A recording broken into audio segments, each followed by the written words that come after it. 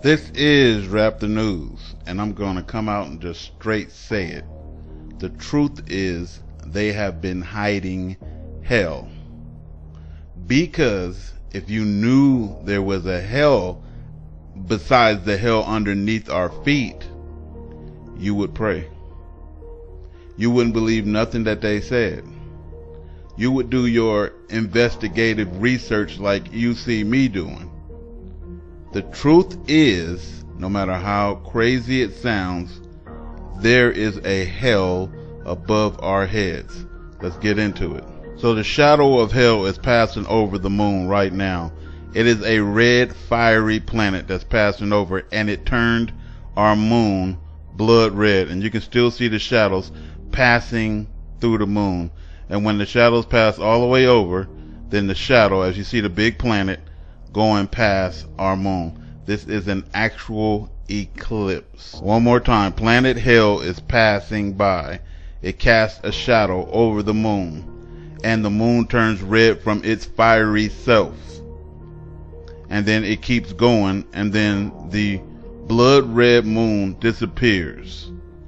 A regular lunar eclipse is when it's not so close. So like we showed you the other day, you see the shadow passing, and the sun goes out when the shadow passes. Once again, the shadow is passing from left to right, and you see the sun go out as the shadow passes.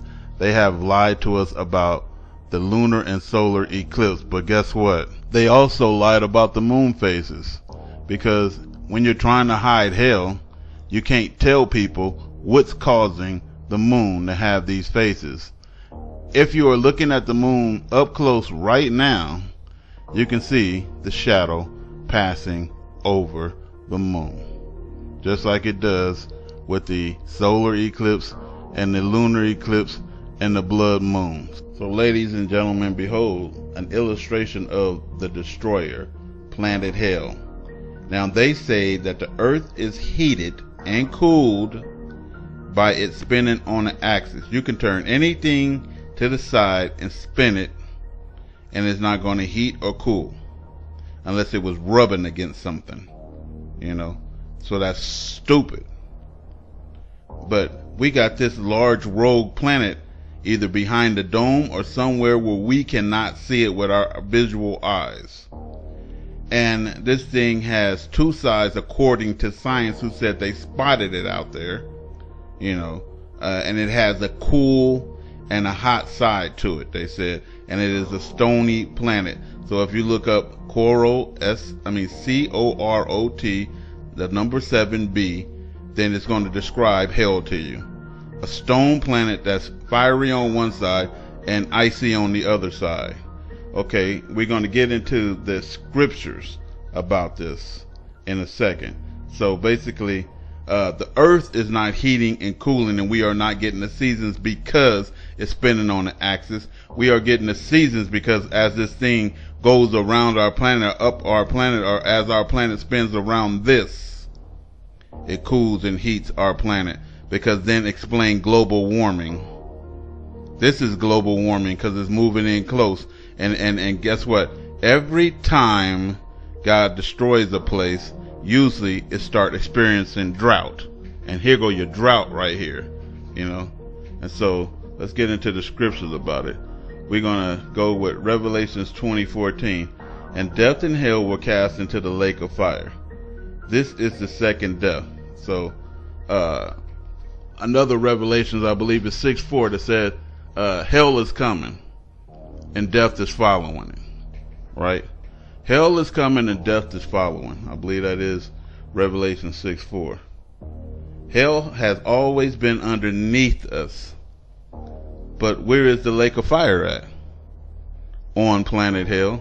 And we're going to prove that by this man's dream.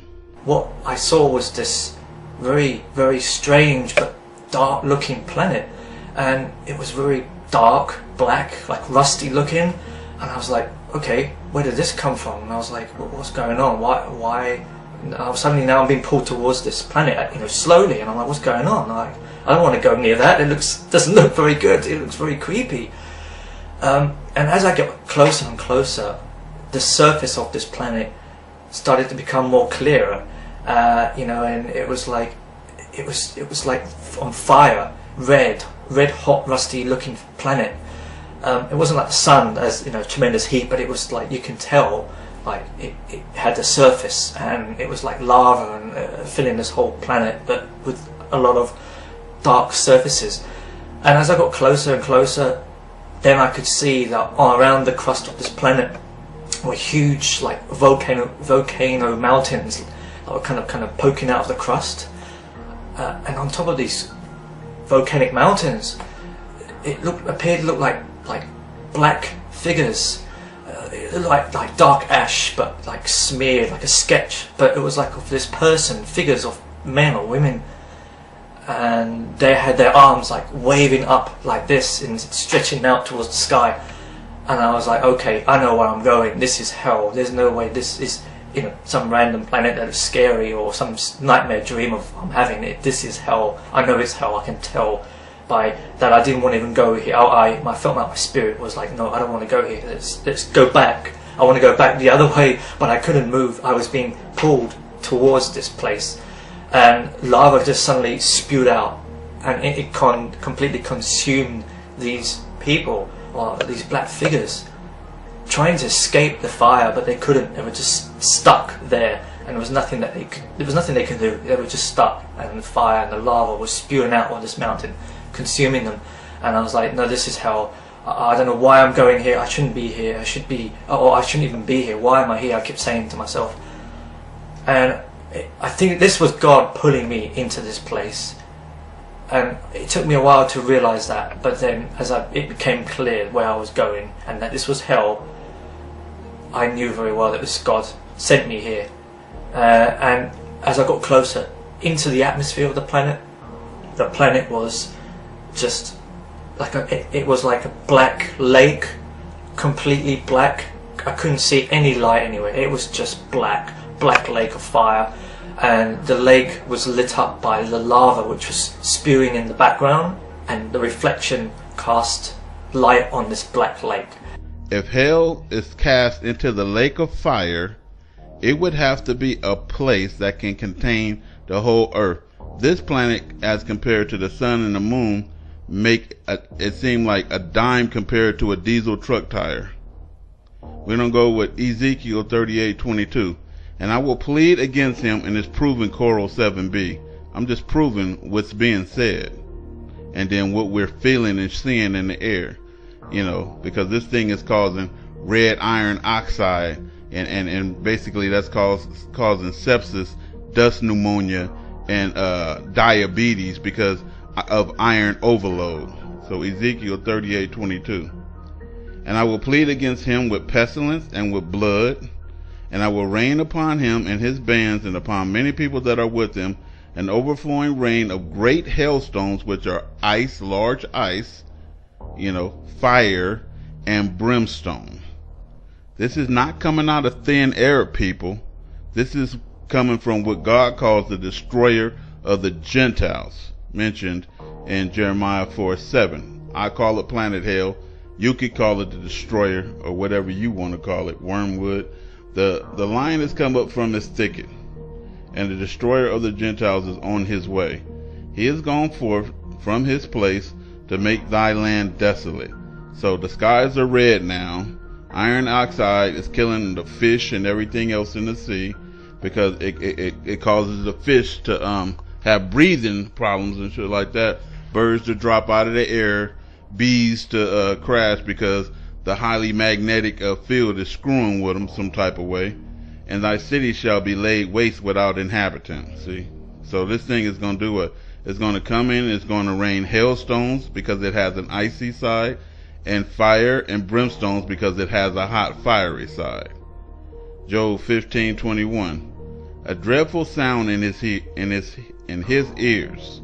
What is that? All those strange noises that people have been hearing in the sky. So I've been showing people the red glow with the strange noises happening at the same time to let you know that I'm telling you 100% the truth. Everything has been centered around this planet hell that they've been hiding from you the whole time. It's probably why they need science because science ain't nothing but Satan's lie. So much of the truth surrounded by a big, huge lie. You know. So in prosperity, the destroyer shall come upon him to do what? Make his land desolate, and his places laid waste, his cities. This lightning storm, which is planet hell, its magnetic charge or whatever is interfering with our planet, is knocking out the power grid worldwide, and pretty soon everybody is going to be in darkness. We know how the moon's going to turn red now. We know how the sun's going to be turned into a sackcloth black. It's already happening, people. We see it in front of our faces night and day. New school may think this is normal. We have never saw this in old school. This is not normal. This is the end of the world. That's what that is. So we know that they lied about the seasons. We know that they lied about the solar eclipses and the lunar eclipses. And we know that they are lying about the moon phases. This is how they know when the moon is going to turn red and when we are going to get eclipsed, because they've been watching this thing for a long time. But lastly, I'm just going to say this. And all those people believing in the false Christ, because I didn't prove that it was two Christs in the Bible. One is the devil and one is the actual Christ that was sent to the lost sheep of the house of Israel. Everybody worshiping that paganistic Christ, thinking they're going to get a free pass and get around God and lift your hands up. You have a 20-foot magnetic field around your heart. And I'm telling you the truth. So you heard the first man said he was lifted up and he was being pulled to that planet. Suddenly now I'm being pulled towards this planet, slowly, and I'm like, what's going on? Because when evil is in your heart, that planet is evil and is going to magnetically pull your ass straight to it. You can lift your hands up and say Jesus all you want to, but you finna burn in that motherfucker. And so we're gonna end with this woman, and that's it. All of a sudden, there's another object, planetary object. I don't know if it's the moon or a different planet, but it keeps eclipsing the sun.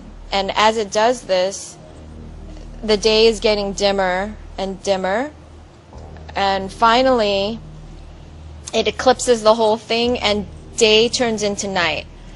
Okay, just like that. Day turns into night. It's pitch dark. And out of the left-hand side, I don't know if this is your right, but this is my left-hand side, I see a huge planet. And we're talking humongous, like it's covering the entire sky, and it's pretty much on us. It's not even coming towards us, it's on us.